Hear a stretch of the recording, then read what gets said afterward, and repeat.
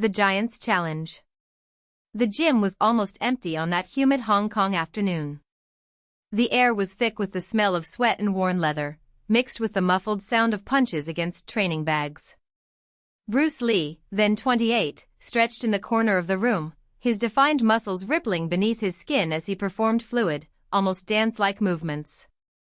Her bare feet slid across the mat with the precision of someone who knew every inch of her own body. That's when he heard laughter. "Look at this one, training like a ballerina." The deep voice echoed through the room, full of disdain. An immense man, shoulders as broad as a closet, approached with heavy steps. He was a professional boxer, known in local rings by the nickname The Hammer, a 280-pound heavyweight who had left several opponents on the ground with a single blow. His arms, as thick as logs, hung at his sides as he watched Bruce with a smirk. "You're too light to hit hard, boy." That's probably why he's standing there stretching instead of fighting. The giant crossed his arms, waiting for a reaction. Some students stopped training, curious. Others looked away, accustomed to the boxer's provocations, who liked to humiliate those he considered weak. Bruce didn't move right away. He continued stretching, as if he hadn't heard. But his eyes, dark and penetrating, fixed on the man with an intensity that made even the giant hesitate for a second. Then, with the calm of someone who knows exactly what is about to happen, Bruce stood up. "Do you think weight is everything?" His voice was soft, almost a whisper, but it carried a certainty that made the air thicker. "Then show me." The boxer laughed, finding it funny. "Show what? That you can't take a punch?" "No need, I already know." He flexed his fists, joints cracking. "But if you want to play, that's fine. Just one. If you can handle it, I'll stop." Bruce didn't respond. He just assumed his fighting stance, feet slightly apart, body relaxed but ready. The giant shook his head, as if he were dealing with a stubborn child, and raised his right fist, preparing to deliver a blow that, in his mind, would end the conversation once and for all. The punch came like thunder. The air seemed to vibrate as the boxer's fist came towards Bruce's face, fast for a man of his size, but predictable. The spectators held their breath. Some closed their eyes, anticipating the impact. And then, in the blink of an eye, everything changed. Bruce dodged with a lightness that seemed to defy physics, as if his body were made of smoke. The fist passed inches from his face, and before the giant could react, Bruce counterattacked. His left foot swung in a roundhouse kick, quick as lightning, and connected with the side of the boxer's knee with a sharp crack. The giant didn't have time to scream. His entire body bent to the side, his balance lost in an instant. Bruce didn't stop. With the same fluidity, he turned his body and delivered a short, precise punch to the man's solar plexus, just below the ribs. The air escaped the boxer's lungs in a muffled groan, and his eyes widened, not in pain, but in shock. He fell to his knees, hands clutching his chest, trying to catch his breath. The gym was silent. Even the punching bag seemed to have stopped swinging. Bruce returned to his starting position, as if nothing had happened. The boxer, still panting, looked up at him, his expression now free of any arrogance. 5 seconds, Bruce muttered, almost to himself. That was enough. The giant said nothing. He just nodded, slowly, as if he finally understood that strength was not measured in kilos, but in precision, speed and, above all, in the ability to turn weakness into an advantage. And that day, in the sweltering heat of Hong Kong, everyone in the gym learned the same lesson. The weight of the lesson. The gym is not back to normal. The silence persisted, broken only by the muffled sound of gloves being adjusted and feet shuffling on the mat. Some students exchanged incredulous glances, others looked away, as if witnessing the giant's humiliation was a shared shame.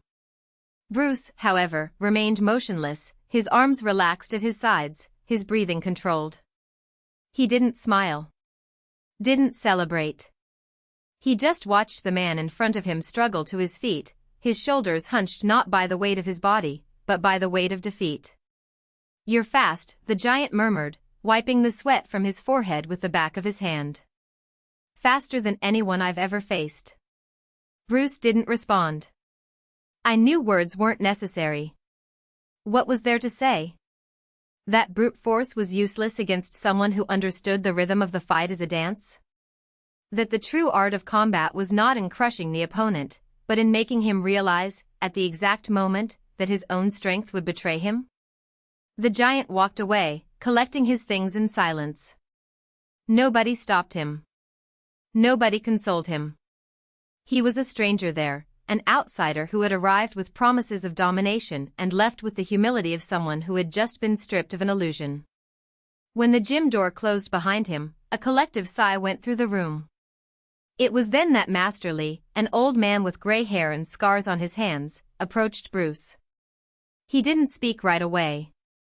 He just crossed his arms and watched the young man with a look that mixed pride and something deeper, something like recognition.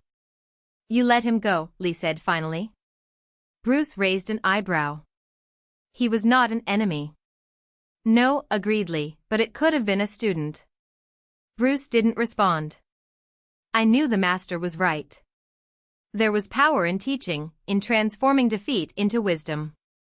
But he also knew that some lessons were only learned when there was no one else to hold his hand. The challenge of shadows. The following days were strange. The gym, once a place of screams and blows, now seemed like a temple where every movement was calculated, every breath measured. The younger students looked at Bruce with a mixture of admiration and awe, as if he were a living legend. The older ones, however, watched him with suspicion. After all, he wasn't one of them. I didn't belong to that school. I didn't follow traditions. It was May, a fighter with sharp eyes and feet faster than most men, who broke the ice. You fight like you don't want to win, she said, as she adjusted the bands on her hands. Bruce stopped wrapping his own bandages and looked at her. And how do you fight? As if I couldn't lose. He smiled, but said nothing. May was good. Maybe as good as him, if not better. But there was something in her posture, in her way of attacking, that betrayed a need to prove something, not to others, but to herself. Do you think I'm afraid? She insisted, defiantly. No, Bruce replied, simply. I think you're in a hurry. May frowned, but didn't retort. Instead, he took a fighting stance, fists raised, feet light. Bruce did the same. There was no bell, no referee. Just the two of them, the mat and the weight of unspoken words. She attacked first, a straight punch that Bruce deflected with minimal movement of his torso. May was unfazed. She spun around, trying for a low kick, but he was already out of reach, as if anticipating every move. She insisted, combining punches and kicks in quick sequences, but Bruce didn't fight back. He just dodged, blocked, redirected. Why don't you fight? She growled, stopping for a moment, her chest heaving. Because you still don't understand, Bruce replied, calmly. Understand what? That the fight is not about getting things right. It's about not getting it right. May huffed, irritated, and went up again. This time, Bruce didn't dodge.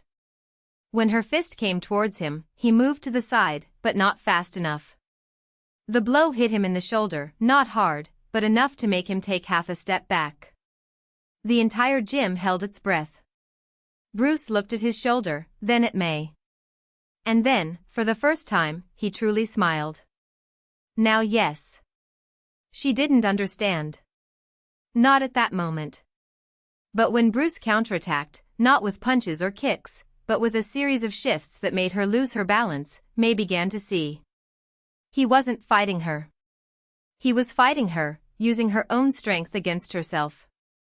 When she fell back onto the mat, it wasn't from a devastating blow. It was because, in a moment of carelessness, Bruce had redirected her momentum, causing her to trip over her own feet. May lay on the floor for a moment, looking at the ceiling. Then he started laughing.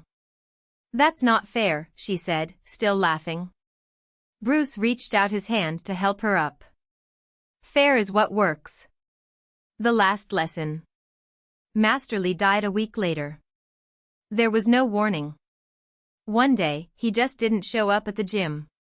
When Bruce and the other students went to his house, they found him lying on his bed, his hands crossed over his chest, his face serene. There was no pain in his expression. Just peace.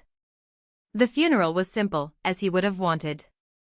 Few words, many tears. May, who had become something of a disciple of Bruce, stood by his side throughout the ceremony, silently. He knew, said Bruce, when they were alone, walking through the narrow streets of Hong Kong.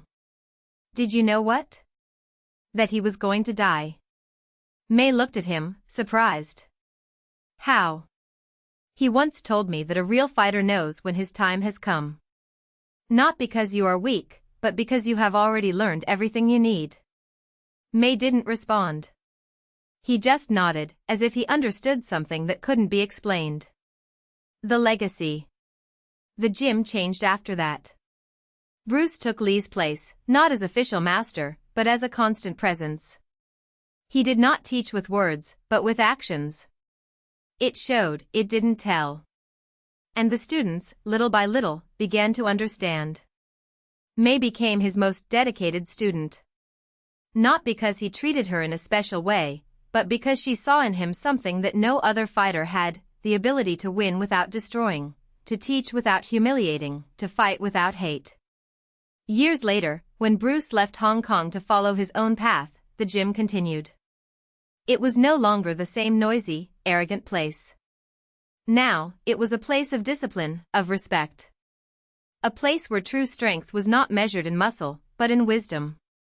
And sometimes, when night fell and the gym was empty, someone swore they heard the sound of light footsteps on the mat, the echo of a fighter who had finally understood that the greatest victory was not over others, but over oneself.